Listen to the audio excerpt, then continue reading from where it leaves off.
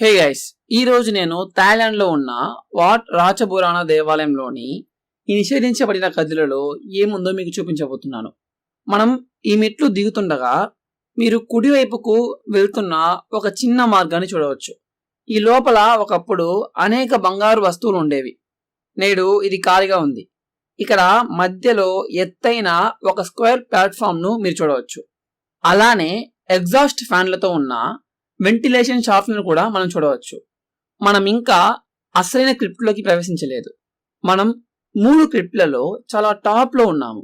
ఈ ఫ్లోర్ కింద 3 క్రిప్ట్లను straight line లో అరేంజ్ చేశారు. మన కింద ఉన్నది మొదటి క్రిప్ట్. అది నేరుగా ఈ గదికి దిగువన ఉంది. దాన్ని ఈ రోజు సీల్ చేశారు. కానీ ఆర్కియాలజిస్టులు ఈ గది నుండి దాదాపు 200 పౌండ్లు లేదా 100 కిలోల బంగారు వస్తువులను దొంగలు దోచుకున్నారని అంచనా వేస్తున్నారు.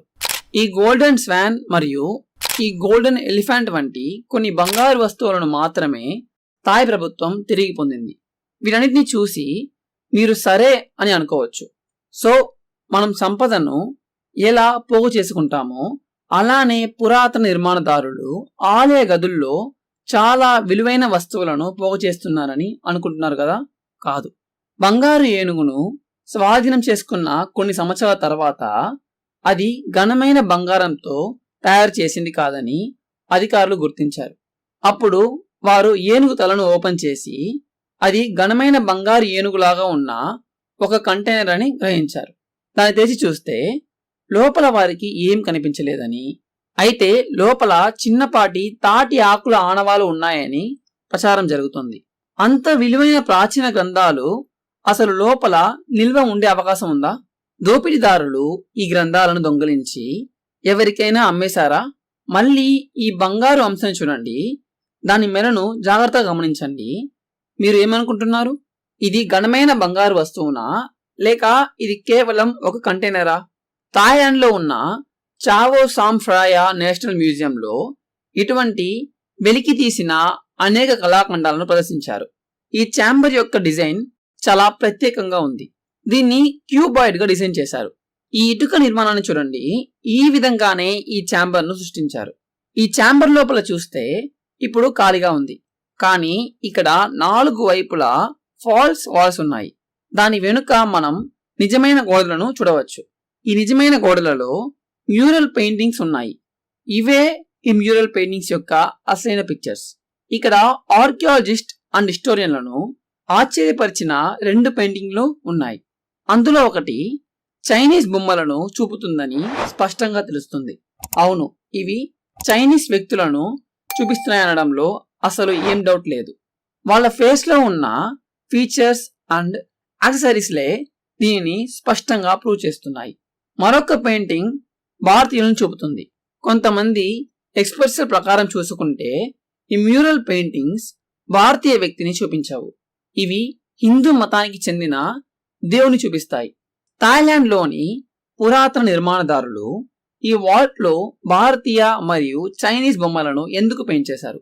ఇప్పుడు ఇది ఆలయంలోని మొదటి క్రిప్ట్ మాత్రమే అని గుర్తుంచుకోండి. ఈ వాల్ట్ కింద 2వ క్రిప్ట్ ఉంది. ఈ 2వ క్రిప్ట్ ను మరింత అద్భుతంగా డిజైన్ చేశారు. మాటల్లో దాన్ని మనం వివరించలేము, అంత అద్భుతంగా ఉంటుంది. ఇక్కడ 2వ క్రిప్ట్ యొక్క క్రాస్ సెక్షన్ ఉంది చూడండి.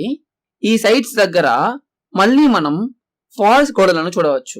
ఈ ఫాల్స్ గోడలు నిజమైన గోడలను రక్షిస్తాయి.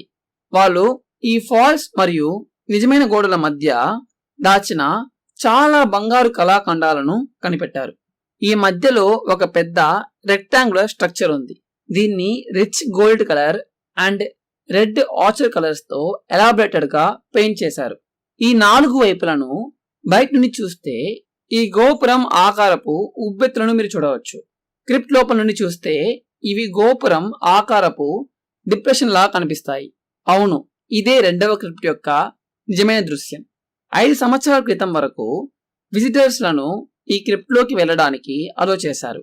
అండ్ నిజానికి ఇది చూడడానికి ఇలానే కనిపిస్తుంది. కానీ ఈ క్రిప్ట్ మధ్యలో ఒరిజినల్ గా 6 అడుగుల 5 అంగుళాల పొడవు ఉన్న ఒక పెద్ద ప్రాంగ్ ఉండేది. సరే, ఇప్పుడు ప్రాంగ్ అంటే ఏంటి? ఇది భారతీయ విమానానికి సమానమైనది. భారతదేశంలో అనేక దేవాలయాలను రాకెట్లు లేదా ఎగిరే యంత్రాలలాగా డిజైన్ చేశారు. వాటిని విమానాలు అని పిలుస్తారు. విమానం అనే పదానికి సంస్కృతంలో ఎగిరే యంత్రం అని అర్థం. థాయిలాండ్ లో అనేక దేవాలయాలను రాకెట్ల లాగా డిజైన్ చేశారు. వాటిని ప్రాంగ్స్ అని పిలుస్తారు. థాయిలాండ్ లో ప్రాంగ్ ని చూడాలనుకుంటున్నారా? ఈ క్లిప్ నుండి బయటకు వచ్చి వాట్ రచ్చబురాణ ఆలయాన్ని చూడండి. అవును, ఈ మార్గాన్ని మీరు చూసుండరు. ఇది చూడడానికి రాకెట్ లాగా కనిపిస్తుంది కదా. ఈ క్లిప్ లో కనిపెట్టిన అసలు ప్రాంగ్ ను ఎక్కడా డిస్ప్లే చేయలేదు. బహుశా ఈ రోజు దాన్ని హై సెక్యూరిటీ లొకేషన్ లో స్టోర్ చేసింటారు. కానీ ఈ ప్రాంగ్ యొక్క చిన్న రెప్లికాస్ చాలా ఉన్నాయి. అవి మనకు చాలా ఇంట్రెస్టింగ్ డీటెయిల్స్ ను చూపిస్తున్నాయి. అది పై భాగంలో ఉన్న ఒక యాంటెనా. ఇది చాలా ప్రాంగ్లను కలిగి ఉంది చూడండి. ఇది రేడియో సిగ్నల్లను రిసీవ్ చేసుకోవడానికి ఉపయోగించే యాంటెనాను మనకు వింతగా గుర్తు చేస్తుంది. ఇక్కడ మీరు గరుడను చూడవచ్చు. ఈ గరుడ విమానం మధ్యలో తన రెక్కలను విశాలంగా తెరిచి ఉన్నట్లు చూపించారు. ఈ నిర్మాణం ఎగిరే ఒక యంత్రమని ఇది మనకు చెప్పే ఒక క్లూనా? ఈ గరుడ సాధారణంగా హిందూ దేవాలయాలలో కనిపిస్తుంది. కానీ ఇక్కడ మనం దీనిని క్రిప్ట్ లోపల దాగి ఉన్న బౌద్ధ ప్రాంగ్ లో ఒక భాగంగా చూస్తున్నాము. అసలైన ప్రాంగ్ లేదా అదే ఆలయంలోని విమానంలో మనం గరుడ యొక్క పెద్ద చిత్రాన్ని చూడవచ్చు.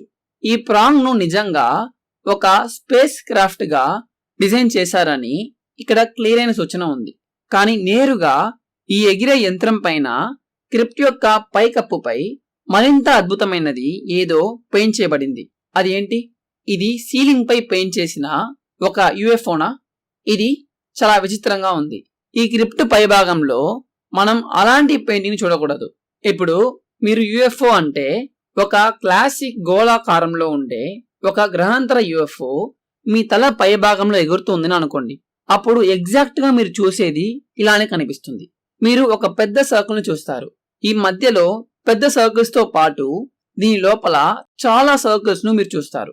అండ్ ఈ సర్క్యూంఫరెన్స్ చుట్టూ అనేక చిన్న సర్కిళ్లను కూడా మీరు చూడవచ్చు. ప్రతి 10 యుఎఫ్ఓ వీక్షణలో చూస్తే వాటిలో కనీసం 3లో ప్రజలు వీటిని చూస్తున్నారని పేర్కొన్నారు. ఇప్పుడు ఆశ్చర్యకరమైన విషయం ఏంటంటే యుఎఫ్ఓ చూసిన వాళ్ళు మనకు చెప్పేది ఇది మాత్రమే కాదు. పురాతన శిల్పాలు మరియు పెయింటింగ్లలో కూడా ఇదే గుర్తు కనిపిస్తుందని చెప్తున్నారు. నేను మీకు లేపాక్షి అనే పురాతన ఆలయంలో ఇలా సర్క్యూంఫరెన్స్ లో చిన్న సర్కిల్స్ కలిగిన ఒక పెద్ద సర్కిల్ ను చెక్కిన అదే వర్ణనను చూపించాను. ఒక పురాతన గుహ పెయింటింగ్ లో మనం ఇదే వర్ణనను చూడగలము. ఈ సర్క్యూంఫరెన్స్ చుట్టూ చిన్న సర్కిల్స్ కలిగిన ఒక పెద్ద సర్కిల్ మాత్రమే కాదు, యుఎఫ్ఓ నుండి కొన్ని బొమ్మలు కూడా నిచ్చెన వంటి పరికరాలను ఉపయోగించి మానవులతో పరిచయం చేసుకోవడానికి యుఎఫ్ఓ నుండి బయటకు వస్తున్నట్లు కూడా చూడవచ్చు. థాయిలాండ్ లోని ఈ క్లిప్ లో చెక్కబడిన యుఎఫ్ఓ సింబల్ ను మనం ఎందుకు కనిపెట్టాము? బై ద వే, మీరు ఇక్కడ రెండు వైపులా ఈ 2 కాంక్రీట్ ప్యాచ్లను చూస్తున్నారా? దోపిడీదారులు పైనుండి 2 వైపుల రంధ్రాలు చేసి వాటి ద్వారా క్రిప్ట్ లోకి ప్రవేశించారు. తర్వాత ఈ రంధ్రాలను కవర్ చేయడానికి గవర్నమెంట్ ప్యాచెస్ ను యాడ్ చేసింది. ఇప్పుడు 100 కిలోలు లేదా 200 పౌండ్ల బంగారాన్ని ఇక్కడ నిల్వ చేశారని ప్రాథమిక రిపోర్ట్స్ క్లెయిమ్ చేశాయి. కానీ ఈ గదులలో కనీసం 400 పౌండ్ల బంగారాన్ని కనిపెట్టారని మరియు ఫాల్స్ గోడల వెనుక దాచబడిందని ఒక వివరణాత్మక స్టడీ చూపిస్తుంది. దానిలో ఎక్కువ భాగాన్ని దొంగలు దొంగిలించారు. వాటిని తిరిగి పొందలేదు. కానీ కొన్ని తిరిగి పొందిన వస్తువులు కొన్ని అద్భుతమైన వివరాలను చూపిస్తున్నాయి. అటువంటి పొందిన వస్తువు ఇక్కడ ఒకటి ఉంది. అదేంటంటే ఈ మధ్యలో ఉన్న ఒక పెద్ద భాగమే. ఇది ఏరోడైనమిక్ గా డిజైన్ చేసిన ట్రాన్స్పరెంట్ క్రిస్టల్. ఇది పై భాగంలో మరియు దిగువన బంగారంతో కవర్ చేసి ఉంది. విచిత్రమైన గ్యాడ్జెట్ చుట్టూ ఎలా అయితే యాంటెనాలు అమర్చబడి ఉంటాయో అలా ఈ సర్క్యూంఫరెన్స్ చుట్టూ అనేక విచిత్రమైన బంగారు వస్తువులు ఉన్నాయి. నిజానికి ఈ గది మొత్తం పూర్తిగా పెద్ద రాకెట్ లాంటి నిర్మాణంతో చుట్టూ బంగారు వస్తువులు మరియు క్రిస్టల్ గ్యాడ్జెట్లతో విపరీతంగా కనిపిస్తుంది. ఈ గోడలపై ఉన్న పెయింటింగ్స్ కూడా కొన్ని లోతైన సింబాలిజం ను దాచిపెడుతున్నాయి. క్లాక్ వైజ్ డైరెక్షన్ లో మొత్తం 24 బుద్ధుల యొక్క పెయింటింగ్స్ చెక్కబడి ఉన్నాయి. ఎక్స్పర్ట్లు దీనిని ధర్మ చక్రం అని పిలుస్తున్నారు. కానీ నిజానికి ఇది కాలచక్రం, టైం ను సూచిస్తుంది. ఈ 24 బుద్ధుల పెయింటింగ్స్ ను రోజులోని 24 గంటలను సూచిస్తాయి. వాటిని ఒక సీక్వెన్షియల్ మేనర్ లో, అంటే 24 గంటల గడియారం లాగా క్లాక్ వైజ్ డైరెక్షన్ లో చెక్కారు. ఇక్కడ చాలా సైంటిఫిక్ సింబాలిజం ఉంది. కానీ కింద ఉన్న నెక్స్ట్ ఛాంబర్ లో ఏముందో నిజంగా అది మైండ్ బ్లోయింగ్ గా ఉంటుంది. 3వ గదిని 4 వైపులా లాటరైట్ గోడలతో చాలా పర్ఫెక్ట్ అయిన క్యూబ్ గా డిజైన్ చేశారు. అదృష్టవశాత్తు దోపిడీదారులకు ఈ చివరి క్రిప్ట్ గురించి తెలియలేదు. అందుకే ఈ క్రిప్ట్ లో ఉన్న కంటెంట్స్ చెక్కు చెదరకుండా ఉన్నాయి. ఆర్కియాలజిస్టులు పై భాగాన్ని రిమూవ్ చేసి లోపలికి ఎంటర్ అయినప్పుడు వారు తమ కళ్ళతో చూసిన దాన్ని నమ్మలేకపోయారు. వారు ఇనుముతో చేసిన ఒక పెద్ద లింగాకారంలో ఉన్న వస్తువును కనిపెట్టారు. అవును, వీరు దాన్ని చూస్తున్నారు. ఈ ఇనుప వస్తువును శతాబ్దాలుగా లాస్ట్ క్రిప్ట్ లో స్టోర్ చేశారు. ఇది కొంత క్షీణతను కూడా చూసింది. సాలిడ్ ఐరన్ తో చేసిన ఈ పెద్ద లింగాన్ని చూసి ఆర్కియాలజిస్టులు అయోమయంలో పడ్డారు. కొంతసేపు వరకు ఏం అర్థం కాక వారు తలలు బాదుకున్నారు. కానీ వారు ఈ రంధ్రాల ద్వారా చూసినప్పుడు వారు లోపల దేన్నో కనిపెట్టారు. ఇది సాలిడ్ అయిన ఐరన్ లింగం కాదు, లోపల ఇంకేదో ఉంది. వారు ఈ ఐరన్ లింగాన్ని పైకి లిఫ్ట్ చేయగా ఆబ్జెక్ట్ లాంటి మరొక లింగం కనిపించింది. అవును, ఐరన్ లింగం లోపల వారు కనిపెట్టింది ఇదే. మరొక లింగం ఆకారంలో ఉన్న వస్తువు కూడా ఉంది. కానీ దీన్ని ఇనుముతో చేయలేదు, దీన్ని ప్యూటర్తో చేశారు. సరే, ఇప్పుడు ప్యూటర్ అంటే ఏంటి? ఇది అనేక లోహాలతో తయారు చేసిన ఒక కాంప్లెక్స్ అలాయ్. దీన్ని టిన్, రాగి, యాంటిమోనీ, వెండి మరియు విస్మతులతో కూడిన ప్యూటర్ తో తయారు చేశారని ఆర్కియాలజిస్టులు కన్ఫర్మ్ చేశారు. ఈ రోజు వరకు పురాతన నిర్మాణదారులు ఇటువంటి ఒక కాంప్లెక్స్ అలాయ్ ని ఎలా తయారు చేశారని ఎక్స్పర్ట్లు ఆశ్చర్యపోతున్నారు. ఐరన్ లింగం లాగా కాకుండా ఈ ప్యూటర్ లింగం మృదువైన సర్ఫేస్ ను మరియు చాలా చిన్న రంధ్రాలను కలిగి ఉంది. కానీ ఆర్కియాలజిస్టులు ఈ ప్యూటర్ లింగం యొక్క రంధ్రాల ద్వారా చూసినప్పుడు వారు చాలా పెద్ద ఆశ్చర్యానికి లోనయ్యారు. అదేంటంటే దీని లోపల మరొక లింగం కూడా ఉంది. ఇది ఒక బ్రాంజ్ లింగం, కానీ దీనికి రంధ్రాలు లేవు. ఇది చాలా స్మూత్ గా, షైనీగా అండ్ ఆల్మోస్ట్ మిర్రర్ లాగా మీ ఇమేజ్ ఇందులో రిఫ్లెక్ట్ అవుతుంది చూడండి. కానీ ఆర్కియాలజిస్టులు ఇప్పుడు తెలివిగా ఉన్నారు కాబట్టి వారు బ్రాంజ్ లింగాన్ని కూడా పైకి లిఫ్ట్ చేశారు. అప్పుడు లోపల సిల్వర్ లింగం మాత్రమే కనిపించింది. ఈ లింగాన్ని ప్యూర్ సిల్వర్ తో తయారు చేశారు. కానీ మళ్ళీ ఇది సాలిడ్ సిల్వర్ కాదు, ఇది చాలా ముఖ్యమైన దాన్ని దాచిపెట్టిన ఒక కవర్ మాత్రమే. వారు ఈ సిల్వర్ లింగాన్ని రిమూవ్ చేసినప్పుడు వారు లోపల దీనినే కనిపెట్టారు. అవును, ప్యూర్ గోల్డ్ తో చేసిన ఈ వింత వస్తువుని కనిపెట్టారు. ఇది ఒక బెల్ లేదా స్తూపం లాగా ఒక పాయింటెడ్ టాప్ మరియు విశాలమైన పునాదితో కనిపిస్తుంది. థాయ్ ఆర్కియాలజిస్టులు దీనిని గోల్డ్ చెడి లేదా గోల్డ్ చైత్యంగా పిలుస్తున్నారు. వారు దీన్ని లిఫ్ట్ చేసినప్పుడు లోపల ఏం కనిపెట్టారు? ఒకసారి గెస్ చేయండి. కూర్చున్న భంగిమలో ఉన్న ప్యూర్ గోల్డ్ తో తయారు చేసిన అందమైన బుద్ధుడు. ఈ బుద్ధ భగవానుడు చాలా ప్రశాంతంగా కూర్చున్నట్లు మరియు అతను మంటలతో చుట్టుముట్టినప్పటికీ ఏదో ఒక దానిపై ఏకవచనంతో ఉన్నట్లు కనిపిస్తుంది. ఈ బుద్ధుని ముందు అతను ఆ క్రిస్టల్ పై ఫోకస్ పెడుతున్నట్లుగా ఒక పెద్ద ట్రాన్స్పరెంట్ క్రిస్టల్ ను కనిపెట్టారు. ఈ మొత్తం సెటప్ యొక్క అర్థం ఏంటి అసలు? వారు ఇంత కాంప్లెక్స్ అయిన డిజైన్ ను ఎందుకు క్రియేట్ చేశారు? ఒక క్రిస్టల్ తో పాటు ఒక గోల్డెన్ బుద్ధుడిని ఉంచి దానిని గోల్డెన్ స్ట్రక్చర్ తో కవర్ చేసి ఆపై ఒక సిల్వర్ లింగం ను ఉంచి దానిని ఒక బ్రాంజ్ గోపురంతో కవర్ చేసి దానిపై ఒక ప్యూటర్ లింగాన్ని ఉంచాలి. ఈ మొత్తం సెటప్ ను ఒక పెద్ద ఐరన్ లింగంతో ఎందుకు కవర్ చేశారు? ఈ మొత్తం సెటప్ ను ఈ ఆలయంకి అత్యంత దిగువన ఉన్న క్రిప్ట్ లో ఎందుకు భద్రంగా ఉంచారు? మీరు నమ్మినా నమ్మకపోయినా దీన్ని డీకోడ్ చేయడానికి ఒక మార్గం ఉంది. మనం ఈ కోడ్ ను క్రాక్ చేస్తే ఈ గోల్డెన్ ప్లేట్ పై ఏం రాసిందో అర్థం చేసుకోవచ్చు. అవును, ఆర్కియాలజిస్టులు గోల్డెన్ బుద్ధుడితో పాటు తాటి ఆకు ఆకారంలో డిజైన్ చేసిన గోల్డెన్ ప్లేట్ ను కూడా కనిపెట్టారు. ప్రాచీన గ్రంథాలను సాధారణంగా తాళ పత్రాలను ఉపయోగించి రాసేవారని మనకు తెలుసు. ఈ గోల్డెన్ ప్లేట్ లో కొన్ని విచిత్రమైన రచనలు ఉన్నాయి. కానీ ఆర్కియాలజిస్టులు మరియు హిస్టోరియన్లు దాన్ని అసలు అర్థాన్ని అర్థం చేసుకోలేకపోయారు. మనం దీనిని డీకోడ్ చేస్తే వాట్ రచ్చబురాణ ఆలయంలోని చివరి క్రిప్ట్ లో ఉన్న ఈ 7 లేయర్ల నిర్మాణం వెనుక ఉన్న అసలు రహస్యాన్ని మనం అన్లాక్ చేయవచ్చు. సో థాయిలాండ్ లో ఉన్న రచ్చబురాణ ఆలయంలో డిజైన్ చేసిన ఈ క్రిప్ట్ల యొక్క ఈ విస్తృతమైన చిక్కును గురించి మీరేమనుకుంటున్నారు? వారు 3 వేర్వేరు క్రిప్ట్లను ఎందుకు క్రియేట్ చేశారు అండ్ వాటిని ప్రజల నుండి ఎందుకు దాచారు?